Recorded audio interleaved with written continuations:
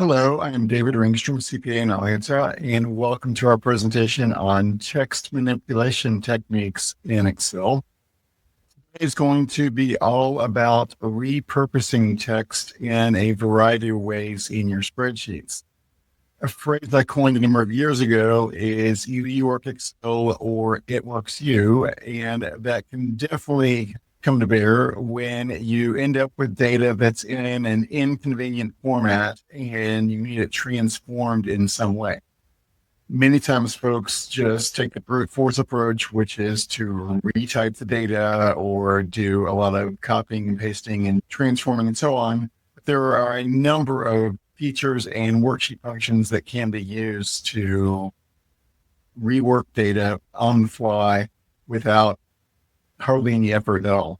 So that's my goal for today with this presentation, is to expand your toolbox so that you have more ways to effectively handle these situations where data in some form or fashion needs to be transformed in your spreadsheets. Let's see an overview of where we're headed today, the broad categories. We're going to start out by working with some core text functions in Excel. That means worksheet functions that will allow us to transform our data. We'll then move into cleaning and preparing text-based data.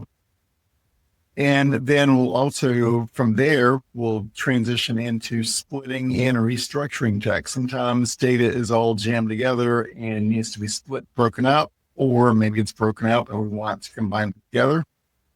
We're going to then see how to leverage some visual and interactive features. Among those, we'll see how to create hyperlinks so we can turn text into a hyperlink that allows us to jump other places in our spreadsheet. Finish out with working with paragraphs. So that's certainly an area where folks often struggle in Excel. They often use the merge cells feature and have a different, and I consider far better, solution to putting paragraphs in our spreadsheets. I'm going to be teaching from the Microsoft 365 version of Excel. That is because, specifically the Windows version, that is because it is the newest version of Excel and always will be. Most of what we talk about today will work in Excel for Mac as well, but you should expect some differences, partly because the operating system is different. There are some operating system related differences, but there's also just business decisions on Microsoft's side where, in my estimation, there's about a 5% functionality gap between Excel for Windows and Excel for Mac. And most of that gap is on the Windows side, where there are things that you can do in Windows, but not in Mac. There are a handful of things cool things at the Mac that you can do on the Mac, but not in Windows, but mostly it's tilted in favor of Windows users. So if you're working along today and using a Mac and you run into something you can't do, probably not you. It's probably in that functionality gap, or it could be an operating system difference. So don't hesitate to drop me an email and say, that ask at davidringstrom.com, and I'll be happy to confirm if you're in that functionality gap. If you're in an older version of Excel, you won't be able to use everything I share with you, but there will be plenty of takeaways. And if you're not sure what version of Excel you're using, in Excel for Windows, you can go to the File menu, Step 2, and you click on Account. Step 3, it's going to bring up an account screen. And if you see some mention of Microsoft 365, the exact wording does not matter. It doesn't matter if it says Apps for Enterprise or just Microsoft 365. Whatever it says there, that means that you are on the latest platform and you will be able to use everything that I share with you. So drilling down into our first section of material, we're going to be working with a bunch of different worksheet functions. So we're going to see how we can pull text apart by using the left, mid, and right functions. We're going to see other ways to separate text as well. We're starting out with worksheet functions.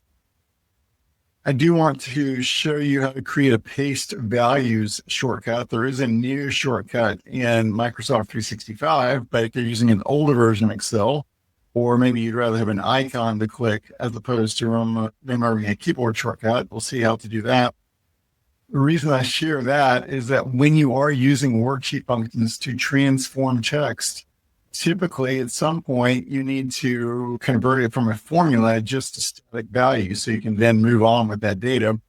And that's why I want to share with you a way to streamline that process. We'll see that we can use upper, lower, and proper to change the casing of our work text. And then the trim bunch removes extra spaces. If we're using Microsoft 365, some other ways that we can split text apart is we can use the text before and text after functions or text split and put it back together with text join.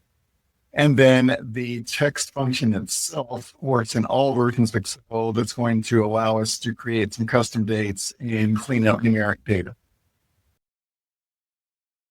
So let's say that we have some text where we want to extract certain characters. So maybe I want to grab the first. So in cell B1 here, we can see that there is a product code. And so maybe I want to extract just the product, which is the 3-character identifier. I can use the left function until it get the cell address of what I want to extract, and then tell it I want the first 3 characters, and it will return those 3 characters there. I can use the mid function to give it a starting point. Let's say that I want to grab, starting at the 5th position, I want to grab the next 4 characters. I can use the mid function for that. And then I can use the right function to grab a certain number of characters from the right-hand side. So we'll go over to Excel and try these on for size.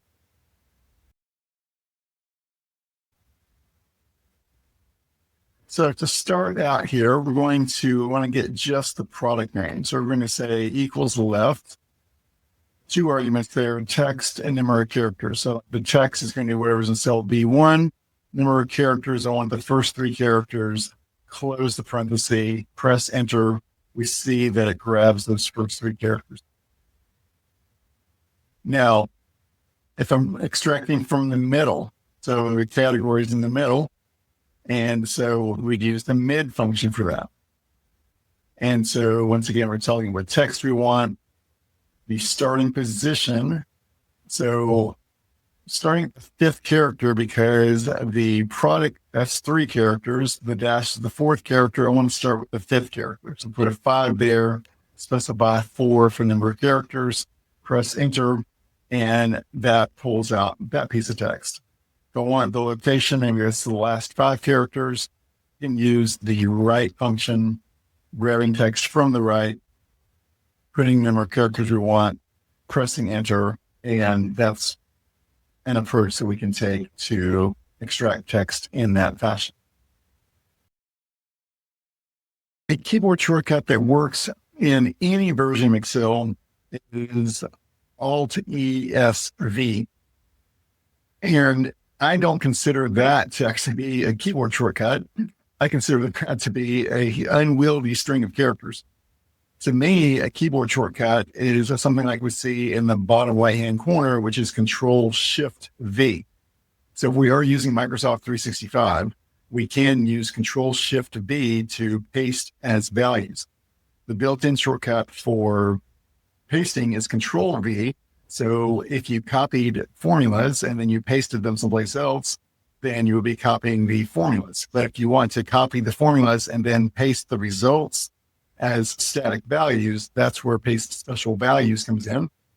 And so the new and better built-in shortcut, rather than Alt-ESV, is Control-Shift-V.